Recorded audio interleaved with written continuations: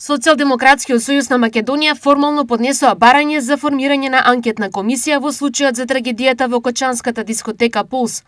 ВМРО ДПМН од друга страна изнесоа дека време е правосудството да ги засука ракавите и да ги оправда невисоките плати во регионот. Затоа побаравме и анкетна комисија и надзорна комисија расправа во собранието.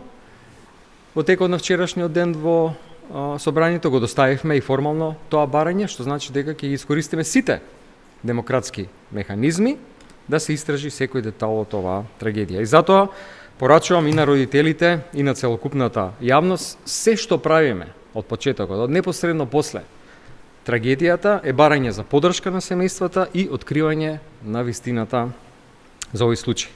Во период кога правосудниот систем ужива доверба од само 2%, дел од судството и обвинителството повторно го става фокусот на зголемување на платите, наместо на клучните сегменти како ефикасност, независност и брзо решавање на судските предмети.